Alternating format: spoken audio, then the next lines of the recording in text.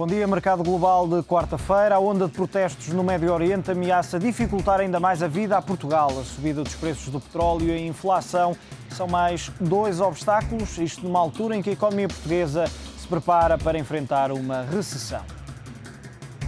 A crise política na Líbia já se sente em Portugal. Esta semana o preço dos combustíveis voltou a subir. Os portugueses pagam já o gasóleo a 1,40 € por litro e a gasolina a mais de 1,5 €.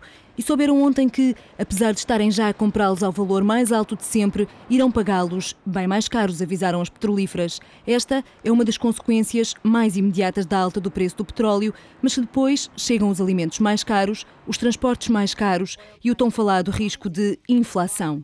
Na Líbia, a Eni, o maior operador estrangeiro a operar no país, anunciou já a suspensão de parte das operações de exploração de petróleo e gás devido à escalada da violência. Repsol e BP também pararam as operações. Sobem os receios de que a produção e o fornecimento de petróleo possam ser afetados. Com a escalada do preço do petróleo e sem sinais de acalmia, estamos a $40 de distância do verão quente de 2008, altura em que o petróleo atingiu o máximo histórico de $146 por barril.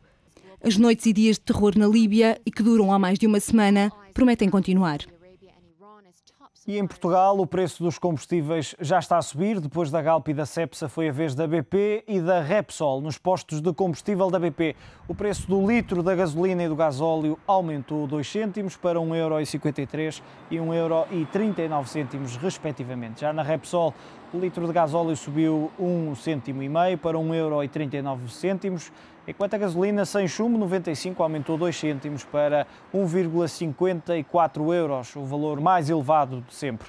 Depois da subida de segunda-feira, a Cepsa já voltou a atualizar o preço do gasóleo com uma subida de 0,7 cêntimos. Aumentos que fazem o preço da gasolina disparar para o valor mais elevado de sempre, superando o máximo registado em janeiro deste ano de 1,533 € por litro.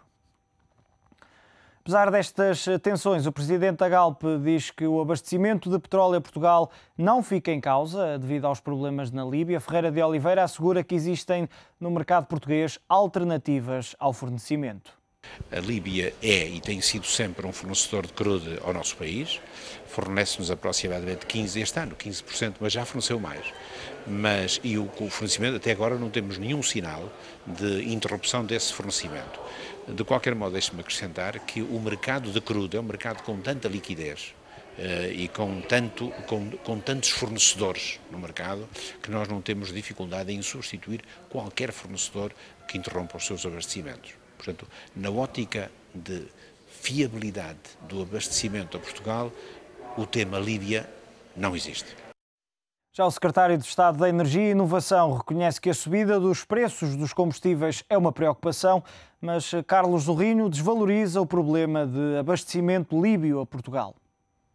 Se houver uma quebra de fornecimento por parte de um fornecedor, teremos fornecedores alternativos, o mercado não deixará de dar resposta, embora naturalmente essa é a lei da procura e da oferta a um preço superior, e é esse preço superior que nos preocupa, e é esse preço superior que nós tentaremos combater o mais possível, não intervindo no mercado internacional porque Portugal não tem dimensão para o fazer, mas produzindo cada vez mais energias renováveis substitutas. O diretor executivo da Agência Internacional de Energia garante que a subida do barril de petróleo para mais de $100 vai ter consequências sérias no crescimento económico mundial. Nobuo Tanaka diz que a solução passa pela procura de energias alternativas que reduzam a dependência de petróleo. A chegada do preço do barril de petróleo aos $100 levanta os fantasmas de 2008 nos mercados. O diretor executivo da Agência Internacional de Energia garante que se trata de más notícias para o crescimento económico global. Nobuo Tanaka traça o paralelismo com a crise do petróleo para dizer que se a tendência altista se mantiver, as economias emergentes como a China e a Índia, por serem os maiores consumidores, vão ser as mais afetadas. Numa entrevista à CNBC, o responsável pela Agência Internacional de Energia lembra que não se trata de um problema de escassez da matéria-prima, que é mais do que suficiente para o abastecimento global. Refere que a OPEP tem capacidade para produzir 5 milhões de barris por dia, um número que ultrapassa o disponível na crise de 2008. A solução, afirma Tanaka, pode estar na procura de alternativas como as energias nuclear e renováveis, a única forma possível para reduzir uma dependência de petróleo tão elevada. A chegada do preço do barril de $100 levanta os fantasmas de 2008 nos mercados, como vimos então as declarações do diretor da Agência Internacional de Energia. Olhamos agora para os preços do petróleo nos mercados das matérias-primas. Em Londres, o barril de Brent continua em alta, sobe 1,06% e está agora nos $106,90. Já em Nova Iorque, o barril de crude dispara mais de 2% para os $95,62. E vamos em direto agora para a análise dos temas da atualidade, nomeadamente o petróleo, como sempre com o analista Paulo Santos da XTV. Paulo, muito bom dia. Começávamos por estas diferenças como é que se explica esta diferença entre o barril de Brent e o barril de crude? Estamos a falar de sensivelmente $95 e quase $107. É uma coisa muito curiosa, porque normalmente o barril de Brent é até ligeiramente mais barato do que o barril cotado em Nova Iorque, de WTI. No entanto, com a abertura de novos pipelines que abastecem a zona de Cushing, no Oklahoma. Cushing é o ponto de liquidação físico dos futuros de WTI. E nesse ponto específico, a abertura desses novos pipelines, existe um excesso de estoques e é difícil de exportar esses estoques para fora do Midwest americano, de Cushing, Oklahoma. É difícil de exportar, porquê? Porque a maior parte dos pipelines são na direção de abastecer esse mercado e não de sair de fora dele. O resultado é que o preço está deprimido localmente, nesse local de liquidação física dos futuros, está deprimido localmente face ao mercado mundial. O mercado mundial está melhor refletido no preço do Brent, nos $105, $106, $107. Paulo, concorda com o Presidente da Galp e com o Secretário de Estado que acabam por desvalorizar o facto do fornecimento a Portugal poder ser limitado? Fisicamente não é um problema porque é um produto fungível e se não é um país a abastecer, é o outro. Ou seja, fisicamente não há problema. O problema é mesmo só ao nível do preço, o preço só para reajustar a procura e a oferta, para o caso não haver oferta suficiente. Neste caso, há oferta suficiente na mesma. Mas fisicamente, receber fisicamente petróleo não é um problema. A verdade é que, não havendo, pelo menos para já, problemas ao nível do fornecimento, temos assistido a atualizações sucessivas do preço dos combustíveis nos postos. Pode assistir-se a mais atualizações se realmente se sentir essas limitações no fornecimento? Como há um ligeiro atraso, os preços nos postos ainda não refletem as últimas subidas do petróleo. Logo ainda vamos assistir a mais algumas atualizações. Poderá tornar-se insustentável os preços? Olhando, por exemplo, estando longe dos cerca de 140 dólares do chamado verão quente de 2008, em que o barril de Brent ultrapassou a barreira dos $140, estando agora nos 106, é possível que se volte a aproximar? A prazo, em princípio, sim, porque a parte destes problemas, desta instabilidade no Médio Oriente, a prazo há dois fatores muito fortes para o petróleo subir mais, que são, neste caso, o pico do petróleo, o pico de produção do petróleo e a procura dos mercados emergentes. Esses dois fatores são muito fortes, qualquer um deles, e deverá levar a prazo a uma subida contínua do petróleo ainda acima desses valores que atingiu em 2008. Há aqui duas vertentes interessantes que eu gostava que analisasse, que é, em parte já vimos os preços do petróleo, mas depois também há o problema da inflação com estas subidas consecutivas. Sim, embora geralmente muitos... Não é o caso do Banco Central Europeu, que leva em conta a chamada headline inflation, que leva em conta a subida dos combustíveis, mas, por exemplo, nos Estados Unidos, geralmente a Reserva Federal olha para a inflação core, a inflação núcleo, da qual tira a variação dos preços da comida e da energia, precisamente do petróleo. Esta subida, principalmente a subida agora mais rápida do petróleo WTI, que estava muito abaixo do Brent, deverá levar a uma subida visível de algumas medidas de inflação, como os preços ao produtor. Parece-lhe que, à semelhança do que diz o diretor da Agência Internacional de Energia, que é preciso, está na hora de começar a procurar alternativas a sério ao petróleo? Aí há um pequeno engano, é que fala-se de energias alternativas e de energia nuclear como possíveis alternativas ao petróleo, mas bem, essas energias, geralmente vistas como alternativas, a eólica, a nuclear, etc., são utilizadas para produzir energia elétrica, ao passo que o problema do petróleo é líquidos. O petróleo quase não é utilizado para gerar energia elétrica, exceto em casos muito específicos de peakers para picos de procura de energia elétrica. É uma coisa residual. Nas sociedades ocidentais, pelo menos, na China talvez não tanto. Mas, como eu disse, é uma coisa residual a nível de produção de energia e, portanto, as energias alternativas não vão mitigar muito esse problema.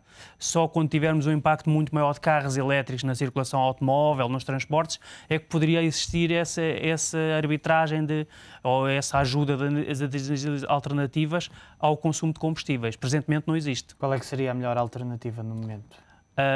Existem alternativas, por exemplo, utilizadas pelos alemães na Segunda Guerra Mundial, que é o facto de se converter carvão em combustíveis líquidos. Essa é uma alternativa mais viável a nível do problema dos combustíveis líquidos, que a China já está a seguir um pouco, aliás, a África do Sul também tem um pouco dessa produção, vinda do apartheid, mas pronto, essa é uma solução mais viável tecnicamente. O barril mantendo-se acima dos $100 e partindo do princípio que vai continuar a escalada, poderá pôr em causa a economia?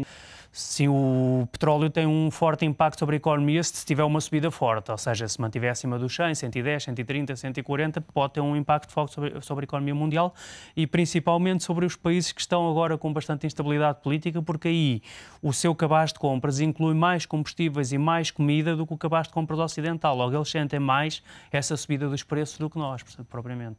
Quando é que poderemos, se é que vamos assistir a curto prazo, a uma solução para estes problemas?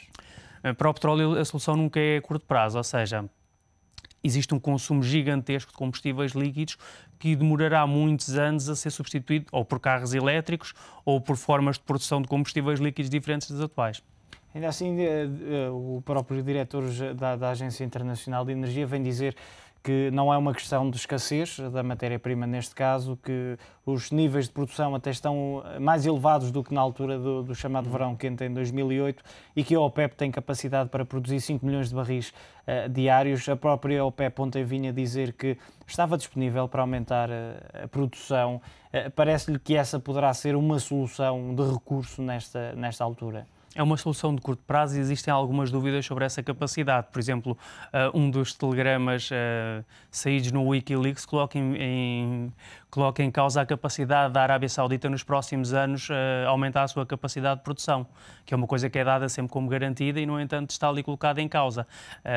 Falam da possibilidade de já estar perto do seu pico de produção, também a Arábia Saudita, e também se sabe que eles neste momento já injetam muita água nos seus campos petrolíferos para obter a produção atual, o que é sempre um sinal de que ela pode estar próxima do seu topo. Paulo, já voltamos a conversar. Olhamos agora para outras notícias que fazem a atualidade. Depois de se ter contraído nos últimos 3 meses de 2010, a economia japonesa viu as exportações abrandarem no primeiro trimestre. A explicação está na China, que deixou de comprar produtos nipónicos.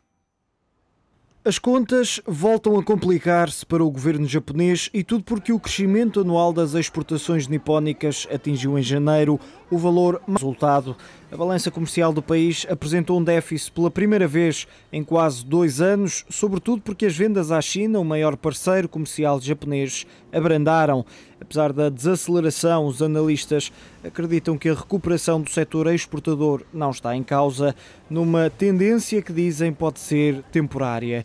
Em janeiro e em comparação com o igual mês de 2010, as exportações para a China avançaram 1,4%, depois de um crescimento de quase 13% em dezembro.